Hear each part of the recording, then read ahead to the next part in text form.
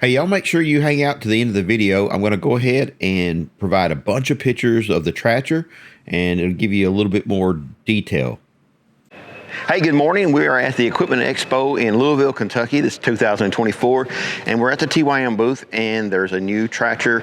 There's a new nomenclature on the market, and I'm excited about this. Probably the most I've been excited about a tractor in a long time. This is the I'm going to call it off. I'm going to read it off because we're changing the numbers, and I'm going to show you that.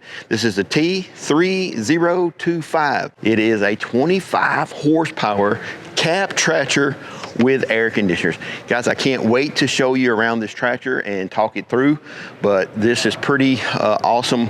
TYM has been working on this for several years. This tractor will be coming out, I think it's going to be actually on the sales floor sometime next year.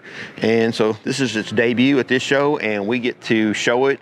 There's been a few little snippets here and there, but this is for real. This is going to come to the market, and we're going to show it to you. So let's do it. All right, let's talk about the history of this tractor. About 3 years ago, TYM bought out Coupe Engines and Branson Tractors all in one fell swoop. And what they're doing is they're merging the lines together, and they've done that to this point. And so right now, TYM has 60-something tractor frames that are sold all over the world. Well, this tractor, the history of this tractor is the 2515 from Branson. And it's just a pretty awesome large frame tractor. So it's what I would say a large frame. In the compact world of small horsepower tractors, this would be considered a large frame. You have subcompact and then compact. So this is going to be a larger frame 25 horsepower tractor. And what makes this tractor so unique is the fact that it is a 25 horsepower tractor that has a cab. And that is a big deal. Not very many people in the market that has a tractor like this. There's a few other brands out there have small 25 horsepower with cab and air conditioner, but they're not anywhere near like this tractor. So the question I get a lot is why it's 25 horsepower? Why is that the target that people want to get under 25 horsepower? Well, the reason is you have what they call Tier 4. The EPA has Tier 4 emission standards. Well, this tractor, because it's under 25 horsepower, does not have to comply. It's just a standard fuel injector. It's just a standard injector. There are no computers on this engine. It's just so simple. If you have any basic mechanical skills, you can work on this thing yourself. It's just a very, very simple tractor. So you have no def and you have no regen. So that's the main reason so many people are pushing towards this, especially if you are a first-time tractor buyer. All right, let's talk about the nomenclature of the tractors. TYM has come out with a new nomenclature. Probably hard to see here. We'll get you a picture of it, but it's a 5-digit or 5-character nomenclature. The first letter will be T, and that's just to say TYM Tractors. The next one is going to be the number 3 for this tractor, which means it's a 3 series tractor. It'd be 1, 2, 3, 4, 5, 6. Maybe sometime in the future, 7, who knows? And then the next one will be 025. 025 lets you know that this is a 25 horsepower tractor. So let's move into the cab and show you around the cab. So I want you to check out the seat. This is a premium seat. Very, very nice seat. And I'm gonna step up in the tractor. It's spring assisted. It's got armrests that are adjustable up and down. So sitting here in the cab, trying to figure out if there's anything new. This has cruise control. I don't think that's new, but it's the button's in a different place, I believe. They have moved the joystick on to the inside the cab, where it's very, very comfortable. Matter of fact, it's right here. So you still have the big cab as far as how far away the seat goes. This thing has a huge amount of travel. So you got the big cab opening. So we got plenty of room away from the, yeah, absolutely. Got plenty of room from the pedals, the brake pedals, comfortable. We have tilt steering. We have manual and auto PTO.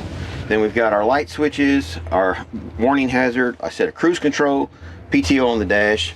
I'm trying to think of anything else that we might need to talk about. Got all your controls to the left and right, which are your range modes, and then also you have your PTO on and off, and on this side you have your 3-point hitch lever, and then this tractor is equipped with 2 dual rear remotes, and you have both of those set up over here on this side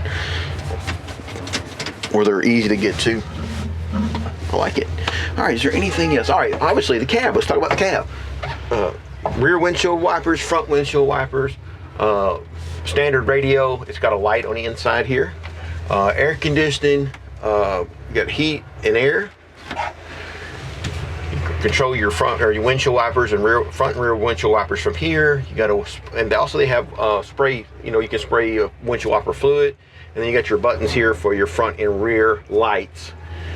Air conditioner vents here and here, so you can have air conditioner vents blowing directly on you, or you can have the air conditioner vents blowing on the windows. Like if you want to use it more of a defrost, you have vents at the front again for the front window, because generally when you're outside and it's cold, those front windows are going to be get frosted over, so it'll be really good to have that blowing on it to keep those good. And then again, in the back, you have the same thing here. You got vents in the back.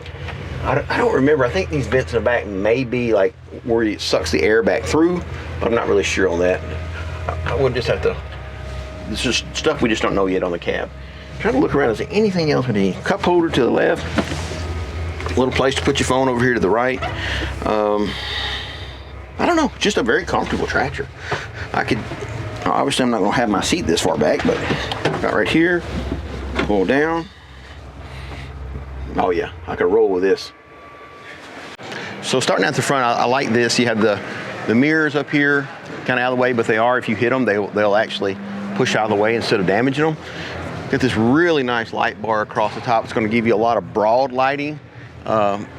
Some of the older models, cabs had 2 lights. This is just unreal how bright this will be. It's just gonna spread light across the whole front end.